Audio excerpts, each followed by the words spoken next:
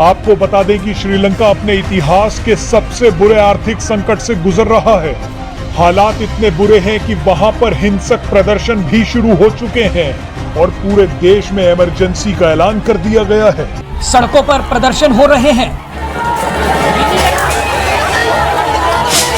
पूरे देश में आपातकाल लगाया जा चुका है। इस भयंकर तबाही के बीच श्रीलंका की सरकार लगातार भारत के संपर्क में है। श्रीलंका में विपक्ष के नेता सजित प्रेमदास ने प्रधानमंत्री नरेंद्र मोदी से आग्रह किया है कि जितना हो सके वो श्रीलंका की मदद करें। प्रेमदास ने पीएम मोदी से विनती की है कि कृपया हमारी मातृभूमि को बचाने में मदद कीजिए। तो श्रीलंका के विपक्षी नेता ने प्रधानमंत्री नरेंद्र मोदी से एक ऐसी गुहार लगाई है जिससे श्रीलंका के गंभीर हालातों का पता चलता है। स्थिति इतनी गंभीर है कि श्रीलंका के केंद्रीय मंत्रिमंडल को इस्तीफा तक देना पड़ गया। श्रीलंका में जो कुछ हो रहा है उससे बाकी देशों की आंखें खुल जानी चाहिए। आपको बता दें कि श्रीलंका में बिगड़ते हालातों को देखते हुए पीएम मोदी और विदेश मंत्री एस जयशंकर के बीच एक बड़ी बैठक हुई। इस बैठक में श्रीलंका के साथ साथ भारत के कुछ और पड़ोसी देशों में चल रही राजनीतिक उथल पुथल पर भी चर्चा हुई। हाल ही में श्रीलंका की यात्रा से वापस लौटे भारत के विदेश मंत्री एस जयशंकर ने प्रधानमंत्री मोदी को पूरे घटनाक्रम से अवगत कराया। भारत ने अब श्रीलंका को बचाने के लिए कमर कस ली है।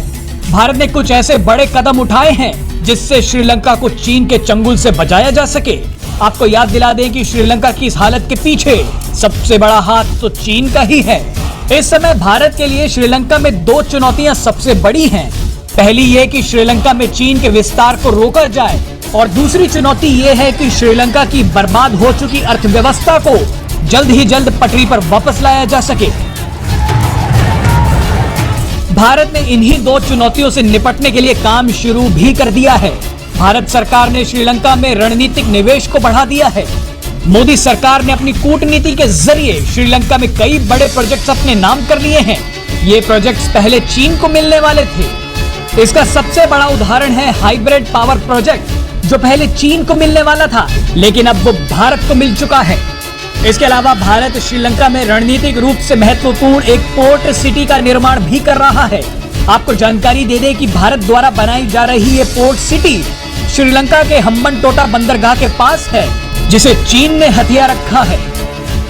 श्रीलंका में भारत पर्यटन, रियल एस्टेट, वस्तु निर्माण, संचार और पेट्रोलियम जैसे क्षेत्रों में भी निवेश कर रहा है। ये तो बात हुई रणनीतिक निवेश की। आपको जानकारी दे दें कि भारत श्रीलंका की अर्थव्यवस्था को भी मजबूत करना चाहता है। इसके लिए भारत ने सबसे पहले तो श्रीलंका को अनाज और तेल भेजा ताकि बिगड़ती हुई स्थिति को थोड़ा संभाला जा सके। भारत ने श्रीलंका को ईंधन, भोजन और दवाओं की खरीद के लिए 1.5 अरब डॉलर से अधिक की वित्तीय सहायता दी है। भारत चाहता है कि जल्द से जल्द श्रीलंका में हालात सामान्य हो जाएं और उसकी चीन पर निर्भरता कम हो जाए।